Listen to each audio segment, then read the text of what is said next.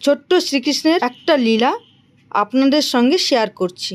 শ্রীকৃষ্ণ বললেন, শোনো সখাগণ, সুশীলা, সুনন্দা, সুমিত্রা এরা সবাই মায়ের কাছে ননি চুরিসের নালিশ জানিয়েছে। ছোট্ট কৃষ্ণের সখাগণ বললেন, তাহলে তো কানহা, যশোদা মা তোকে শাস্তি দিয়েছে।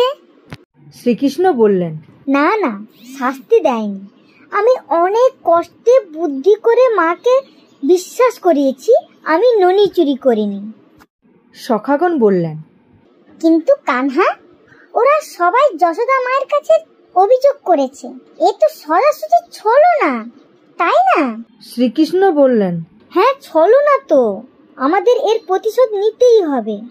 তো সখাগণ মিলে বলল, হ্যাঁ হ্যাঁ, প্রতিশোধ নিতেই হবে। কৃষ্ণ বললেন, কিন্তু কি প্রতিশোধ নেওয়া যায়? সখাগণ বললেন, কেন? ওদের বাছুরগুলো খুলে ভাগিয়ে দিতে পারি। কৃষ্ণ বললেন, বাছুর খুলে ভাগিয়ে দিলে ওরা আবার খুঁজে আনবে, এটা কোনো দণ্ড হলো? সখাগণ বললেন, তাহলে আরো কোনো উপায় বার করো।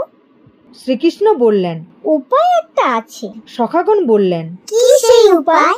কৃষ্ণ বললেন, গয়লানিরা যখন দুধের হাঁড়ি মাথায় নিয়ে বাজারে যাবে, এই জঙ্গলের রাস্তা দিয়ে গুলতি দিয়ে ওদের কলসি ভেঙে দিতে হবে। সখাগণ বললেন, ঠিক বলেছ কানহা। তাহলে তাই হোক।